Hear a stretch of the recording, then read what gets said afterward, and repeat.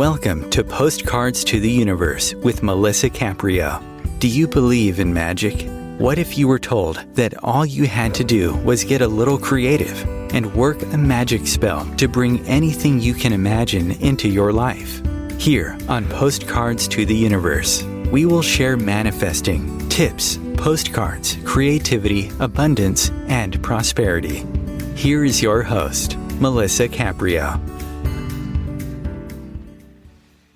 Hello and welcome to Postcards to the Universe with Melisa, creating the life you crave. Happy Wednesday. How is everybody doing?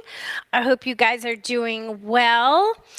Today I have author and TEDx speaker Christian de la Huerta on, and he's going to join me in just a few moments. For those of you who listen to my show every week, thank you for returning to listen to it again. And for those of you who are new to my show and are listening for the first time, welcome. A little about me. I am also an author and a photographer, and my book is titled Postcards to the Universe, Harness the Universe's Power and Manifest Your Dreams. And in my book, there are 30 manifesting stories along with photographs that I took of the contributors manifesting postcards. And in it, I include writing exercises that helps us get clear on what we want to manifest, and a toolbox full of fun tips, tools, exercises on how to manifest love, money, health, career, abundance, and much more. So if you're interested in doing inner work and reading people's incredible journeys of transformation, inspiration, and manifesting, please go to your favorite bookstore and purchase a copy. Now, each week I share a magical message that I like to post on Mondays, and it's an image of a manifesting postcard that I photograph with an affirmation that I like to focus on for the week, because I believe using affirmations daily is a powerful way for it to become a new belief in our lives. Now, this week's magical message is a little different. This one is, you will find the love of your life. So I was traveling last week, and I was in this little town, Eureka Springs, which is a really cool town, by the way. A very artsy, like totally up my alley. And I was walking through the forest, there are lots of trees there, beautiful weather. It was really, really nice. And I was actually thinking, what was I going to do for this week? And I happened to come upon a sign, literally in the woods. I mean, seriously, it was just laying against a rock, and it said, "You will find the love of your life." And I thought, that's really interesting. So, of course, I took a picture of it. And I thought, well, yeah, we all want the love of our life, right? But what about the love of our life being ourself, right? Self-love, because we're with ourselves from the moment we're born till the moment we die, and every other life after that in eternity. So we might as well figure out a way to really find true self-love. And self-love is our fuel. It's the foundation for who we are and what we are, and everything that comes to us builds on top of that foundation. And if your self-love isn't solid, it shows up in your life. And for those of us who have experienced the power of self-love, you can see that the effects can often feel really magical. The moment we start loving ourselves, we experience shifts, and they're positive shifts. Doesn't mean we have everything we want, but we start to feel really good in our own skin, and life begins to move forward, I believe, with more ease. And I think things manifest and come to us much quicker when we have self-love and self-worth. And loving ourselves first and creating that deep internal relationship has countless magical benefits. And in order to create that loving relationship with yourself, you have to recognize, what are your needs? We have to ask ourselves, what are our needs? We're always asking what everybody else in our life needs. What do you need? What do our friends need? What do our families need? Our partners, our spouses, our children, our parents, everybody else's needs. What about your needs? The first thing I would do is identify your needs and make them a priority in your life. And it's not about being selfish. Self-love is about being compassionate to yourself. And I find if you can do at least one daily act of self-love a day to show yourself that you have respect, love, and care in your life, you're going to see things shift and change dramatically. So find something that makes you feel good, something that makes you feel like a little gift that you can give to yourself, and do one little act a day and just see how that shifts your life. So it was really cool that I discovered that as I was exploring a new town with my camera, and I thought, how perfect, right? There's no accidents. So if you want to see my magical messages that I post each week, you can find them across any of my social media platforms, Postcards to the Universe. And if you happen to be on Facebook and you want to join a group to feel inspired, I have a Facebook group. It's public, called Postcards of Love. So you can find me over there too. Okay, so next week I have as my guest Bo Bissett. Bo is this is new to me, Ammo Knee Healing Guide, in charge of exposing the self-awareness necessary to find the healing inside us to make lasting changes. And Ammo Knee is a blended philosophy incorporating kinesiology, which is muscle testing, meridian release points, pranayamic breathing, and NLP. So it'll be interesting to see what he has to share with us next week.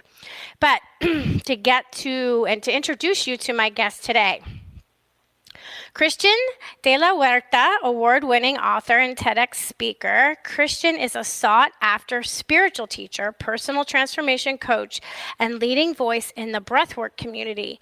He's the founder of Soulful Power, offering transformational retreats and workshops, awakening participants to their deeper sense of purpose, empowering radical internal and external shifts. And Christian says, quote, "When participants can uncover and overcome long-held fears that hold them back, this is when they begin to experience the true joy and fulfillment of living on purpose, which also allows them to become catalysts for our planet's spiritual and cultural evolution." And that's an end quote from Christian. And you can find out more about him if you go to his website, soulfulpower.com. That's soulfulpower.com. Welcome, Christian. Thanks for joining me today. Hi, Melisa. Thank you so much for having me. I've been looking forward to our conversation. Me too. So I'm going to let you share in your own words a little bit about who you are and how you got into the kind of work that you're doing today. Well, first of all, I want to say, how much I resonated with your opening talk about self-love and the difference between selfishness and self-care. Mm-hmm. Totally in agreement with that. And for me, the journey to self-love was long. My adolescence was one long depression, with suicidal thoughts here and there. Nothing serious, but I did fantasize about it. And the beauty and the power of this work that you and I are pointing to, the work of self-healing and self-transformation, is that flash forward to today, and no matter what the details are in my life, no matter what the circumstances, whether a relationship works out or it doesn't, whether a project whether a project succeeds or it fails, in quotes, never, ever, ever do I question my sense of self, my self-worth, my self-love are like firmly established. And I know that if that can happen to me, it can happen to anybody. And it's part of what I talk about, the journey that I carry the reader through in this new book that we're going to talk about today. Yeah, that's really interesting. No, you're right, because if you have deep self-love and appreciation for yourself, and something that you're creating, say, fails, right? It just doesn't take off the ground. You don't berate yourself like somebody who would criticize themselves, who would say, oh, you're a failure, you're a loser. This is how we talk to ourselves, right? But somebody who has deep self-love would say, maybe this wasn't what I was supposed to do. There's a reason this didn't work out. This is going to lead me in another direction. You don't berate yourself for something not succeeding when you have true self-love. And people are terrible the way they talk to themselves. Terrible. Oh my God. The things we tell ourselves inside of our heads, we would never, ever say to anybody else. Never. We have such a harsh inner judge inside of our heads. And what you're talking about also extends to relationships, because we think that if the relationship didn't last till quote unquote death do us part, then it was failed. It's like, wait a minute, somebody made that up along the way. My belief is that as long as we're growing, as long as growth is happening and we're learning and we're becoming better human beings, more empowered human beings, more heart-based human beings as a result of a relationship, then it worked. There's no failure necessary there. Exactly. It took me a while to get that. It took me a while to understand that the relationship didn't fail. It just served its time, and I got what I got out of it, and they got what they got out of it, and it was time to move on, right? That doesn't mean it was a failure because we didn't stay together, right, till death do us part, right? Some relationships are not meant to, and nowadays, you know, I think more and more people are growing through relationships and not staying in places where they probably really shouldn't, you know, or before we kind of did that. So, yeah. And it's all about self-regard and self-love and self-esteem and putting our own needs first, because I find that when I'm depleted, I'm no good to anybody else. Right? Right. Which goes back to what that discussion about selfishness and self-care, because we are conditioned to believe that self-care is selfish.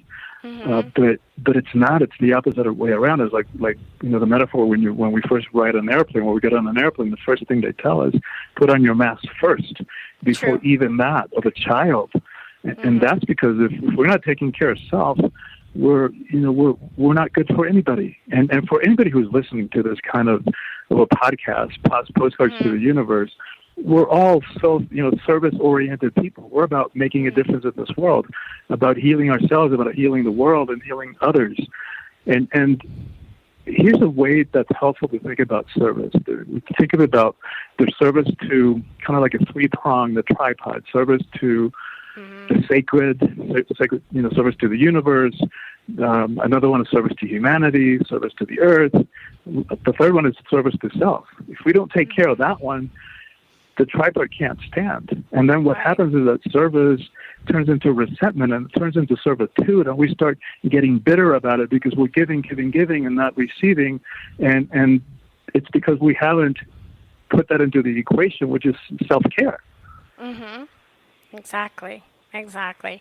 And I, as it's like you said in the beginning, you said it was a long road for you to get where you are, right? And it's been a long road. There's been a lot of painful experiences that I know you've had, that I've had in my life, that have taught me some serious lessons and have made me look at things differently and made me ask different questions, about what I'm doing, what's my purpose, why am I here? There's got to be a bigger reason, and I know you do that too. So I really want to talk about Soulful Power. So why don't you share a little bit about what Soulful Power is? Well, let me zoom out a little bit and start by saying that most of us have an ambivalent, and I would even say conflicted, relationship to power. Part of us wants it, part of us is afraid of it. And I think what we fear is that if we really stepped into our power, if we really be all of who we are, then other people wouldn't be able to handle it, and we'd end up rejected and alone, and who wants that? We also fear that we might abuse it, and no wonder. All we got to do is turn on the news any given day to witness at least one abuse of power. Right. Then we've also been conditioned to believe that power is a negative thing, power is a bad thing, with quotes like power corrupts, and absolute power corrupts absolutely. What they didn't tell us about that quote is that Lord Acton was speaking specifically about political power, not personal power, which is what we're talking about here. And so when you add to that mix the fact that we've been conditioned to also believe that the emotions are weakness, and especially men, little boys don't cry, and so many faulty assumptions in that. Like, why don't little boys cry? Because only little girls do, and that's weakness. It's like, wait a minute. We can take away those assumptions really, really easily, that the feminine is weakness or that the emotions are weakness.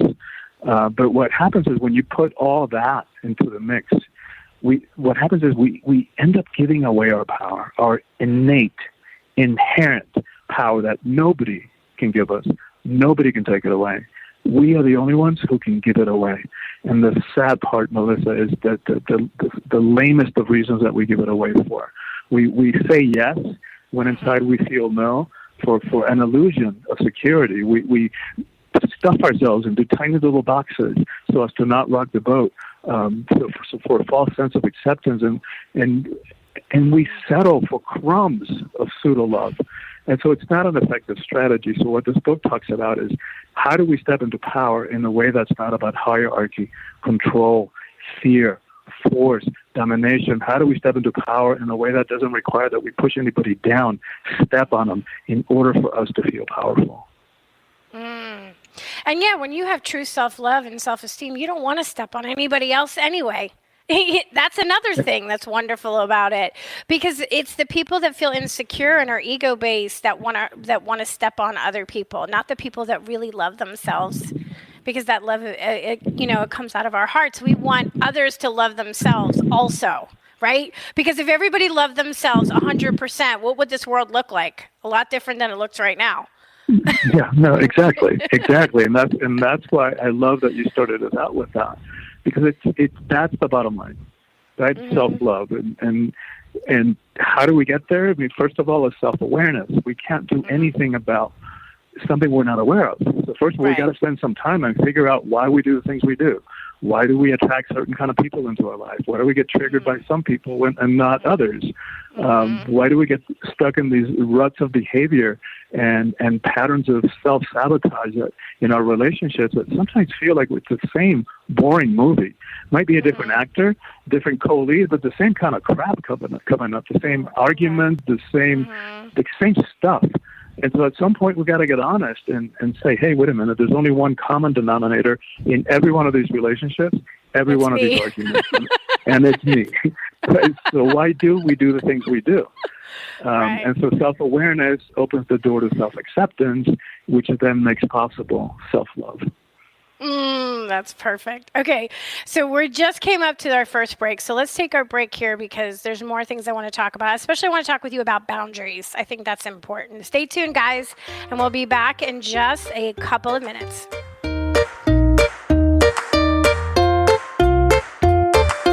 Conscious media for conscious minds. OMTimes. Host your show on IOM-FM, the radio network of OMTimes Media, one of the more recognized brand names in the conscious community, and is backed by the extensive marketing reach of OMTimes. Hosting a show on IOM-FM immediately connects you with our extensive dedicated community.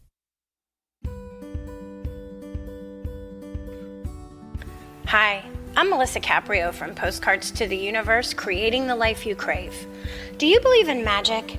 What if I told you all you had to do was get a little creative and work a dream spell to bring anything you can imagine into your life? Well, guess what? I've got the spell for you. Postcards to the Universe, a global movement for manifestation, is a casting magical tool for you to use whenever you want. How does living in passion sound to you?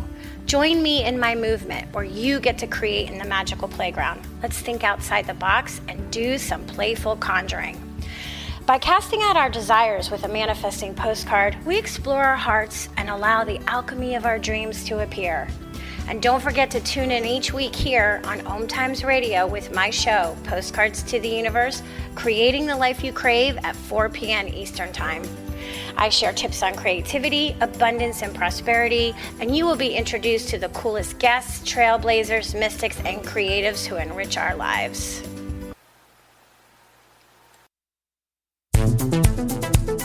My name is Victor Furman. Some call me The Voice.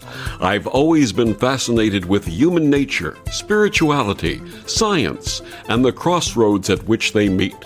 Join me Wednesdays at 8 p.m. Eastern on OMTimes Radio, and we'll explore these topics and so much more on Destination Unlimited.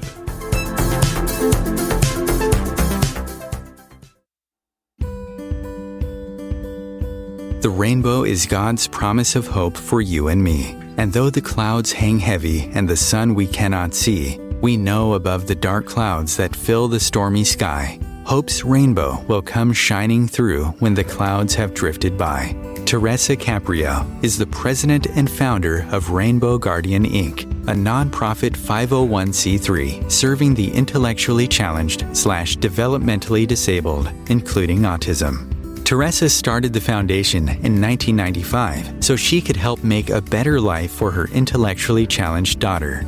Her dream is that the Rainbow Guardian will provide the necessary tools and education to help the public understand the special needs population, because it's often discarded in mainstream society. To find out more or make a donation in support, please go to www.rainbowguardian.org. Rainbow Guardian's special mission is to see these unique people live a happy, full life and have a future of liberty and equality.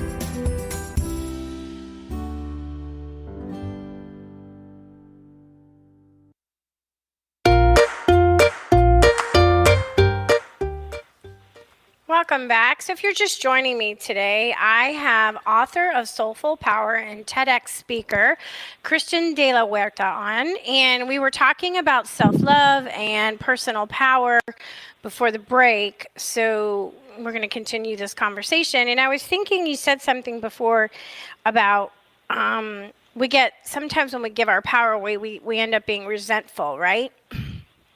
Because Yes. we're not honoring ourselves. So to me, that has a lot to do with boundaries. And I read something somewhere and I thought it was really interesting, and I never forgot it, that no is a complete sentence. Like, you don't have to say no because I have to ... If somebody asks you something you can do, you can just say no. And that is still difficult for me to do. But it's so true. No is a complete sentence. Why do I have to give you a reason why I don't want to do something? Right? Yeah. I think most of us have struggled with that at some point. And it goes back to the beginning again, to the beginning of the conversation. It goes back to self-love. And the deeper the more that we know ourselves, the deeper that we get to fall in love with ourselves. And the stronger our sense of self, the stronger our self-esteem, the less that we depend on anything outside of ourselves. We don't need any external validation. We don't need anybody's approval. We don't depend on what anybody thinks or says, or what society or the culture or anybody thinks we should say or do or be with our lives. And so boundaries come from that. It's part of self-care. So getting very clear about what works for us, what doesn't work for us. And learning how to communicate that courageously, because it takes courage, compassionately, and gracefully, meaning in a way that it can be heard. So not pointing the finger, not accusing, not making the other person wrong, but just getting really clear about ourselves, our emotions, what's right for us and what's not. Which connects back to power. That's part of that soulful power that you were asking me about before the break.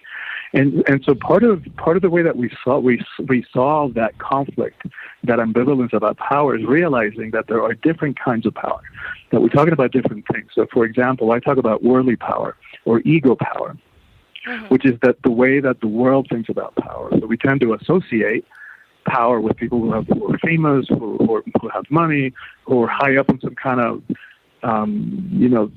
hierarchy, whether it's the corporate ladder or some kind of institution. But the thing about all those kinds of power is that they're outside of us. And because they're outside of us, they're fickle. They can be here today and gone tomorrow. Sure. As many people have discovered in the pandemic, with the companies, jobs disappearing and companies going belly under, going belly up. And so that worldly kind of power also has an agenda. So it's always trying to get something for itself. And it's trying to prove how powerful it is. So it's self-aggrandizing. It blows itself up to seem bigger than it actually is. Whereas the other kind of power, soulful power, spiritual power, comes from within. Like, it's inside each and every one of us. And like I said before, nobody can take it away from us. It's in there. We're the only ones who give it away. And it's humble. It's about service rather than selfishness or trying like an agenda. It doesn't have an agenda. And it's humble, meaning that it doesn't need to prove anything to anybody. So I think about, a Gandhi or a Gandalf, if you're into the Lord of the Rings, in their simple monastic robes, their sandal feet, you would never know from looking at them how much power they hold until it's necessary, and then get out of the way. Gandhi brought the British Empire to its knees when it was at its highest point in terms of global reach without shooting a single gun or landing a single punch. Talk about power. That's power, yeah. Wow. So, yeah, that really is. I think of power internal as a feeling of, for me, just when you talk about it, it feels like somewhere deep inside, no matter what is swirling on around you, that feeling like I'm going to be okay. Like, I'm going to be okay, no matter what is going on. Somewhere, I'm just going to be okay. Like, it's like a grounding feeling. Would you consider, would that be a symptom of feeling a soulful power inside yourself? Sure. Okay. Sure. It's having that attitude, that relationship with life, rather than walking through life like either combatively, like it's me against the world, or completely victimized, as though, what life has done to me, if only this or if only that hadn't happened, or if only the system was in this, or the system was set up a different way, if only. That's a very victim relationship to life. Yeah. And so what you're talking about is like it's such a level of grounded empowerment. It's like, okay, life, here I am. I know that no matter what curveball you throw my way, because it will, life will continue throwing curveballs our way. But I know that I can always choose how I respond, how I show up in response to that. And that simple reframe is like, all right, it's sort of like an I got this relationship to life. And that's incredibly empowering, and it's very centered. So I think you're in South Florida too, right? Yeah, I'm in South Florida, yeah. Yeah, I know you're a Miami guy. I know you're a Miami guy. Not currently, but right now I'm in Ecuador, but I've lived, my family's in Miami, so I've lived in and out of Miami through most of my life. But so we know storms, right? We know hurricanes. It's the eye of the storm thing, right? It's the eye of the storm. So we allow people's expectations, their judgments, what the system is set up to be, the other people's dramas, all that kind of stuff. We allow it to surround us, and we don't have to engage. We don't have to get sucked into it. That's going through life centered, aware and present, and maintaining our ground. That's empowerment too. Yeah. And it's okay if you get pulled off track, right? I mean, it happens to all of us. We're not perfect. We're here to learn. So you may get triggered. You may get engaged. You may plug into something, and you may say to yourself, oh, why did I go there? But it's okay that you do that. You just got to get the tools to learn how to bring yourself back, to get yourself back. Exactly. We're not going for perfectionism. Perfectionism doesn't even exist, right? It's just an overcompensation. Exactly. And I'm a recovering perfectionist. Okay. But because I had to be 4.0 in high school, 4.0 in college, teacher's pet, editor of the paper in high school, etc. And if we think about it, perfectionism is really overcompensating for not feeling good enough. So we have to like prove, we go like way out of our way and prove to the world and to ourselves that we are good enough. But the thing about that, as you know, is that it's insatiable. Like there's no amount of worldly success that is ever going to fill that little suppressed part of us that doesn't feel good enough. Like in my case, I can't be president of the U.S. because I'm naturalized. But if I were, it wouldn't be enough.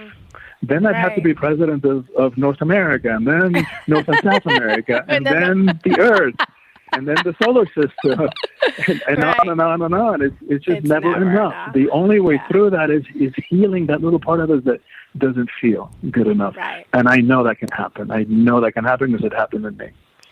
Yeah, and we're a work in progress. I mean, if you're, what did you say? You're a recovering perfectionist. I'm a recovering self-criticizer.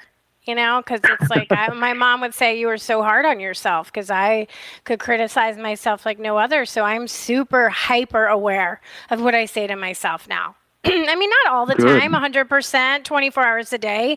But oh boy, I've come a long way. But I catch myself. Yeah, I mean, I can be vicious to myself, So yeah, those are things that we need to watch. And it's that feeling of not feeling good enough. I'm not enough. Enough for who? Who are you not enough for? That's the thing you got to ask Right. yourself. When you think you're not enough, who are you not enough for? Right? Right. And it's Whose standards are you comparing yourself to? exactly. And what I mean, what impossible standards, probably.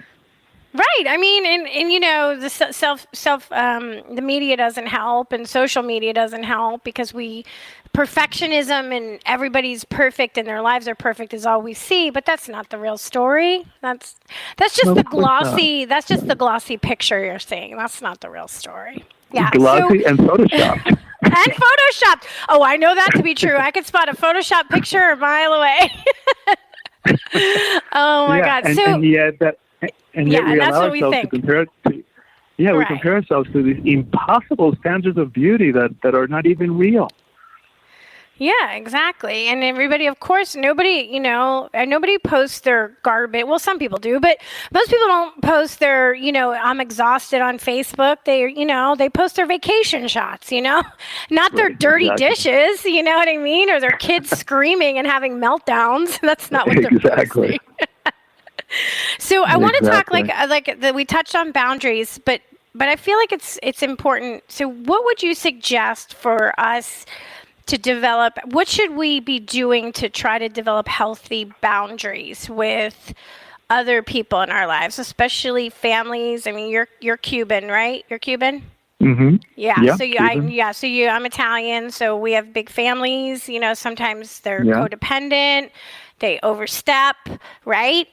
So how do we establish healthy boundaries with, especially family, but friends too? Sometimes we don't always want to say no. Like, what could we do? Yeah, it goes back to what we've been talking about. It goes back to self-esteem, because the reason we override our true desires and our dreams and what we want is because out of fear of rejection or fear that they're not going to like us or whatever. And so the stronger the work is really on ourselves. So the stronger that we build our self-esteem, our self-love, then the more that we can stand on our own and be free as that eye of the storm and be free of what other people think and not need anybody's validation. And then we can make free choices, like, do I really want to do that? And of course, sometimes we're going to do stuff that we don't want to do it out of love because we love them. But not out of some sense of guilt or like the unhealthy motivators of that behavior. Like we weave into that equation self-care. It's like, I really want to help you with clean out the garage, but I haven't had and I love you so and so, but you know what? I haven't had an open weekend in 3 months, and I really need to take care of myself this weekend. How else can I support you? Can I help hire somebody to help you clean? Right. So we talk it out. We work through this stuff. And sometimes it's not comfortable. Sometimes we have difficult, awkward conversations, but it's so much better for the relationship in the long run, because what we tend to do is we say yes, and when we feel no, and then like you were talking about before, we resent it. It turns into resentment. And then that stuff doesn't go away. It's just lingering under the surface. And then we start acting out on those suppressed resentments with passive aggressive behavior, with barred comments, with a joke that has a little hook on it, and so much better, much cleaner to be upfront. And that also entails getting clear. Like, we have to get clear first about what we like, what we don't like, what works for us, what doesn't work for us, before we can even communicate this to anybody else. Yeah, that's so true. I mean, you could just see how it manifests in road rage. I mean, the way people get crazy when they get cut off just tells you they're feeling resentful. Boy, they're, something in their own life, because the road rage, when it's taken to levels that's not appropriate. So something's going on. There's a boiling point underneath, right? Because, when somebody cuts you off, you roll your eyes and you move on. You don't want to chase them down. And God, we've heard terrible stories, and people chase people with guns. It's insanity. So something is deeply going on inside. And that, to me, is they're full of resentment, probably because they have no boundaries, and obviously they don't they don't love themselves because they wouldn't be doing that. So it's, we can see how it manifests in the world. We can see how it manifests. Yeah. Oh my God. Yeah. And it goes back to the emotions, right? Because how many times have we stuffed what we really felt and not said it because we were afraid to rock the boat or upset somebody, right? So we maintain that illusion of peace. But that what used to be spiritual teaching, that everything is energy, now we know from quantum physics that everything is energy. So that means that this couch I'm sitting on, the table, the phone that I'm holding in my hand, the body, the emotions, it's all energy.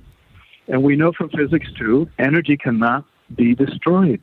So every time we suppress that stuff, it doesn't go away.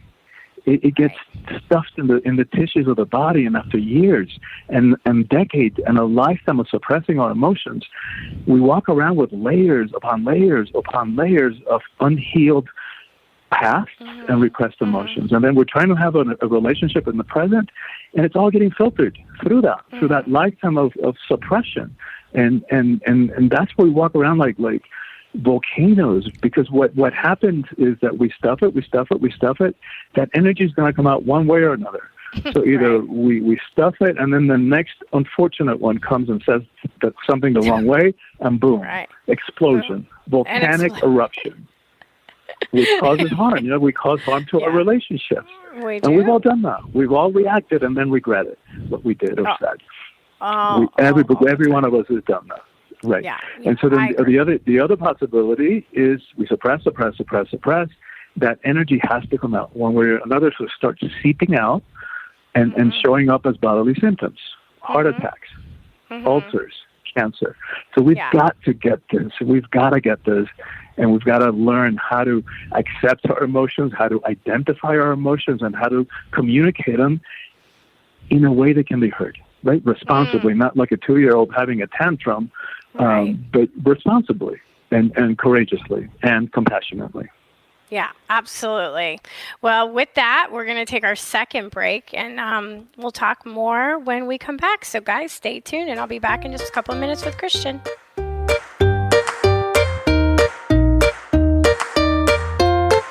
The Real Conscious Connection. OMTimes Radio. IOM FM.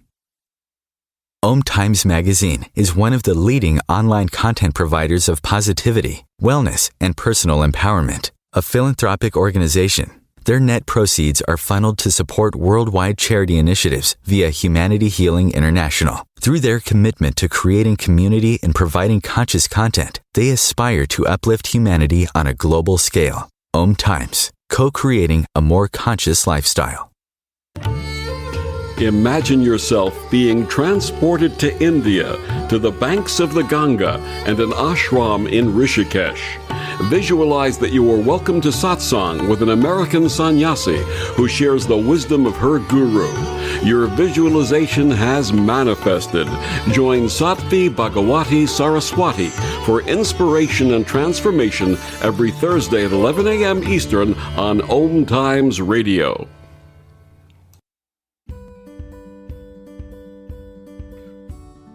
Hi, I'm Melisa Caprio from Postcards to the Universe, creating the life you crave. Do you believe in magic? What if I told you all you had to do was get a little creative and work a dream spell to bring anything you can imagine into your life? Well, guess what? I've got the spell for you.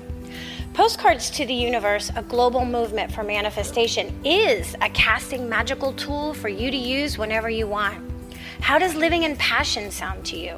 Join me in my movement where you get to create in the magical playground. Let's think outside the box and do some playful conjuring.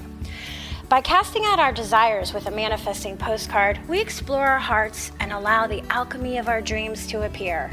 And don't forget to tune in each week here on OMTimes Radio with my show, Postcards to the Universe, creating the life you crave at 4 p.m. Eastern Time. I share tips on creativity, abundance, and prosperity, and you will be introduced to the coolest guests, trailblazers, mystics, and creatives who enrich our lives. Coping-19, brought to you by CDC and the Ad Council. If you're feeling increasingly lonely right now, you're not alone. It's totally normal. Even though we may not be able to get together in person, connecting virtually with friends and family still gives you a chance to interact with people and may help raise your spirits. Join a virtual book club, set up group text chats, or online video coffee breaks with coworkers. Find more self-care and coping tips at coping-19.org.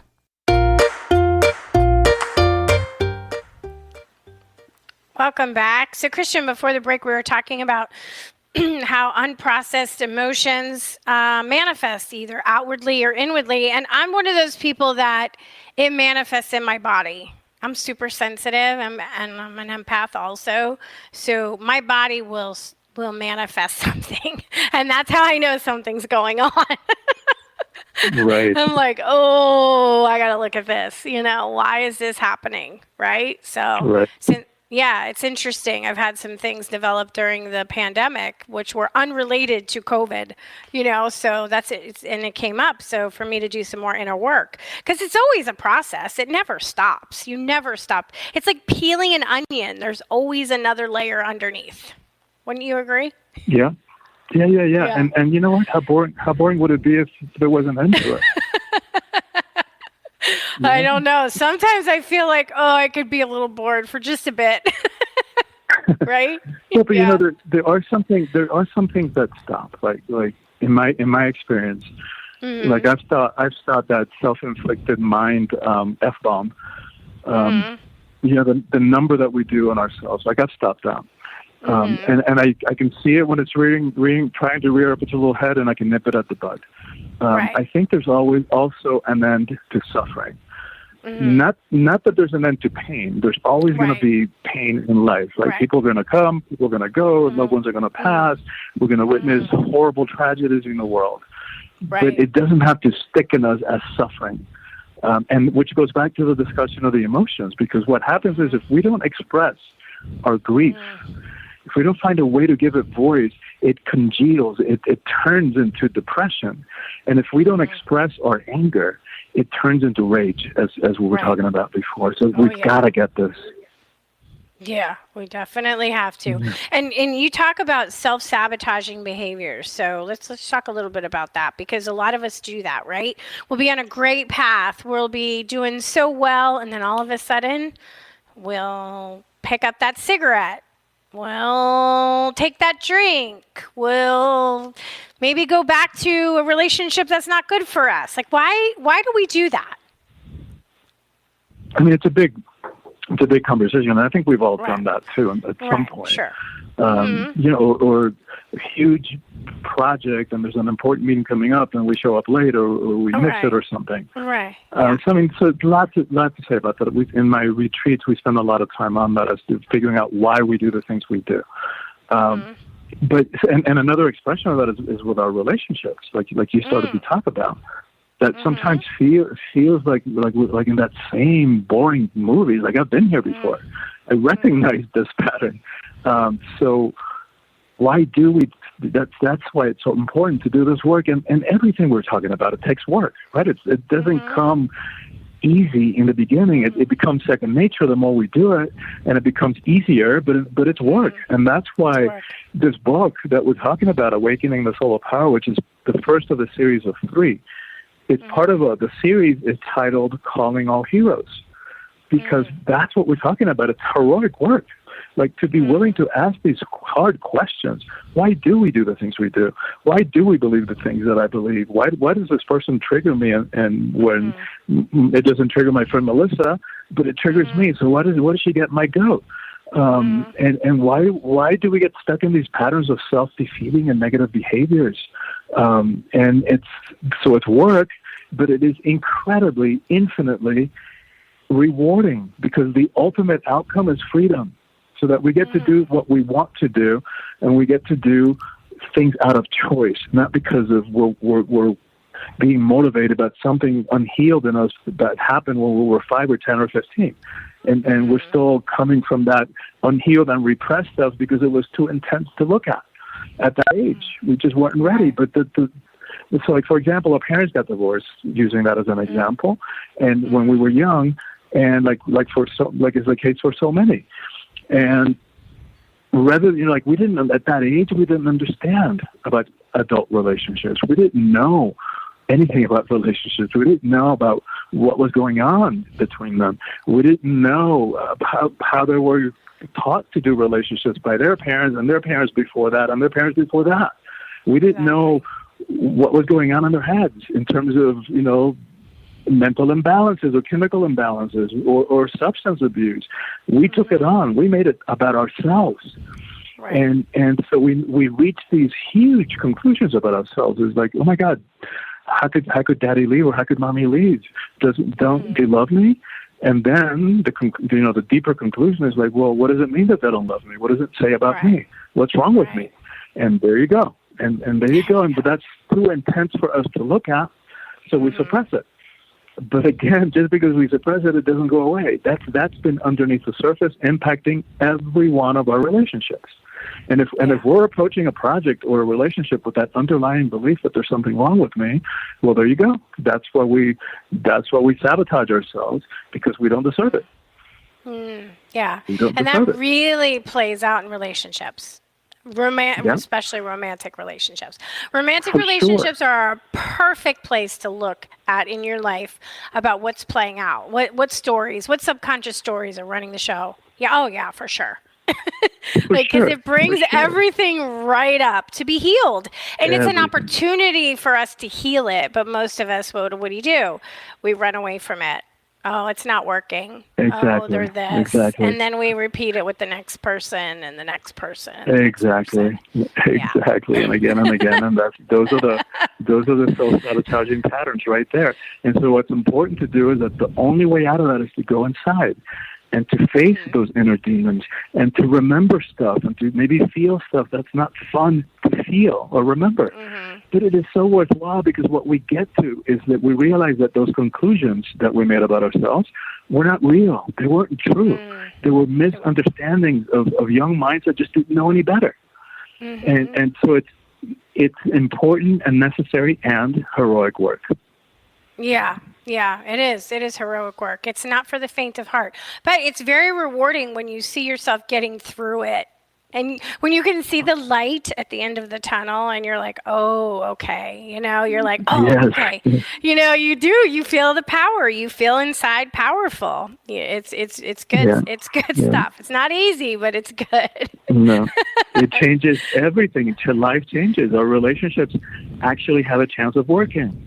If you want to have a sense of personal empowerment, if you want to have a life that is filled with meaning, with purpose, you've got to go within. There's no way around it. There's no way around it. As far as I can see. Yeah, as far as I can see, too. And as far as anybody that I've ever talked to who's come out on the other side will say the same thing. They had to go through it. You have to go through it. You got to work through it. And now you teach people breath work, too, because that helps us move some stored energy that's stuck in our bodies, right? Like if there's something that happened, maybe like something happened and we've processed it emotionally and we worked through it, but yet it still can be stored in our body, and that's having a hard time of our body to let go of it. And that's what the breath work does. Can you talk a little bit about that? And again, that's a huge other conversation. Yeah, sure. I have a TEDx talk about the power of the breath. But here's the gist of it. Mm-hmm. And so my father was a psychiatrist. My degree's in psychology. I was on a track to get a PhD. When I discovered breath work 30 years ago, I jumped tracks. I never went for a PhD. And here's why. And with all due respect for psychotherapy, in the right hands, with clear goals, it can be profoundly healing and transformative and supportive. And we all know that you can sit on somebody's couch for 10, 20, 30 years, because they come to me, after that length of time, rehashing the same old crap, and nothing has happened. Right. Why is that? Because that's because the trauma, what happened to us when we were 5 or 10 or 15 or whatever, is no longer lives in the mind. It has been somaticized and now lives in the body, in the tissues of the body. So no amount of talking about it alone is going to get to it. Right. Like understanding what happened and the effects of it for sure is better than not knowing at all. But often is not enough. I would say most of the time is not enough. And so what happens with the breath work is that it bypasses the mind, and we just breathe in a certain very powerful way for about an hour and a half. And that life force that we're breathing in and that we're taking on into our body bypasses the mind, and it clears that stuff, those unhealed experiences and those energy blockages that are in the body. And it's very powerful. It's not to be done initially. You can be taught how to do it yourself, but initially it can be really powerful. Like people can relive whatever it was that was suppressed or repressed. People can have huge emotional releases, emotional cathartic moments. And it has permanent effects, and it heals at every level. Melissa, it heals not only emotionally and mentally, but also like spiritually and even physically. And yes, I know that sounds too good to be true, that just from breathing, that can happen. But you know what? I can't argue with results. It works. Right. Well, I believe it works because I believe in energy healing. And it's just another form of you're moving the energy out of the way. So it makes total sense to me. Why wouldn't it work? Yeah. If we, like you said in the beginning, we can prove now that everything is energy. It's proven scientifically. So why wouldn't emotions be an energetic, dis-ease stored in the body? Yeah. Why is that not possible? That, to me, it makes perfect sense. Mm-hmm.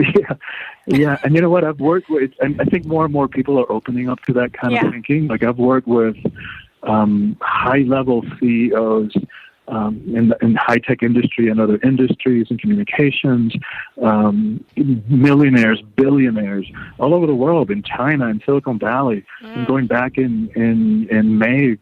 Spent 2 months in California. I'm going back in May. And it works. People have amazing results with it. Sure. Yeah. Now, do you have to do it? Are you teaching it now in person back again? I mean, you said you're going there in May because of the pandemic. I know you said you stepped back a little bit from your workshops and everything. Are you doing those again? Yeah. Yeah. I haven't started the workshops yet, but I have been working selectively one-on-one or with very small groups, 8 to 10 people. And they take care of making sure everybody's vaccinated or that's had a COVID test, because I've got to facilitate. I've got to create a safe environment, not only emotionally and psychologically and spiritually, which I can do, but now we have to weave in physically too. Like we're going to be breathing powerfully together in the same room. Right, and you don't want to be wearing a mask when you're trying to do. Right? No, it breathing doesn't work. Like that. It doesn't work. I tried it and it doesn't work. Right. Okay. Now, do you work with people like on Zoom, like online? If I do. If somebody's listening, if somebody's listening today and they're not anywhere near you, but they want to work with you to work through some old trauma that maybe they believe is stored, you can do it one-on-one through Zoom? Selectively, so I wouldn't work. Yeah, like I wouldn't work with somebody that I don't know anything about. But if it's somebody who comes referred by a therapist, somebody who has a support system back home, I have done those selectively. The thing is, like, you just never know what lies underneath the surface of the psyche and what's going to be triggered. Like in person, I have no hesitation. Like I know how to handle it, how to intervene, how to support, how to facilitate. Virtually, not so much. Right. And that makes sense because if something comes up and then they shut down the computer, they could be really, that's right. Yeah, that's true. I didn't even think about and it. There's nothing I can do. Right. Yeah. Nothing I can do if they click. And so, but I do have other programs like virtual programs that ease up and that don't necessarily have the breathwork component. Like I have a year-long coaching program. And I can do coaching one-on-one virtually. So there are a lot of different possibilities. Okay. And you talk a lot about this, all of the work that you're doing in your book. Yes. So anybody can read your book and see the work that you're doing. Yeah. If I don't think. Yeah, they can. They can definitely. The book is accessible anywhere. You can get it at your local bookstore if you want to support them, and you can get it on Amazon. In terms of reaching me, they can, probably my website is the best way to do that. So soulfulpower.com. And for anybody who goes to soulfulpower.com and gets on my email list, and we all know you got to click unsubscribe if it doesn't work for you down the road. But for anybody who signs up, we'll send them a copy of a sample chapter from the book, the one that talks about what it means to live heroically in the 21st century. We'll send them some power practices that are designed to integrate those teachings so that they don't stay at the level of information. Right? We don't need more information. We've got information overload. What we need is transformation. And that comes from really taking on the stuff and applying it to our lives. And then we'll send them a recorded teaching and guided meditation short, I think 15 minutes or so, the both of them. And it's about trust. And I created that in the midst of the pandemic. So helping people to find that place of eye of the storm in the midst of crisis. You know, how do we find a place of trust in the midst of crisis and uncertainty and chaos? Yeah, it's true. Well, thank you so much. I mean, we only have like 10 seconds, 30 seconds maybe before we end. But it's been such a pleasure having you on today, Christian. I learned a lot. And I think people really got a lot out of listening to you talk about being, you know, powerful in our own bodies and our own souls and our own hearts. It's really important to find that inner power. Yeah, I think so. Yeah. So, and it really will change your life. So, guys, please check him out. Go to his website, Soulful Power. Thank you, Christian, for being here. And thank you guys for listening to Postcards to the Universe with Melisa, creating the life you crave. And of course, I'm wishing everyone a wonderful week filled with joy, abundance, and love. Peace.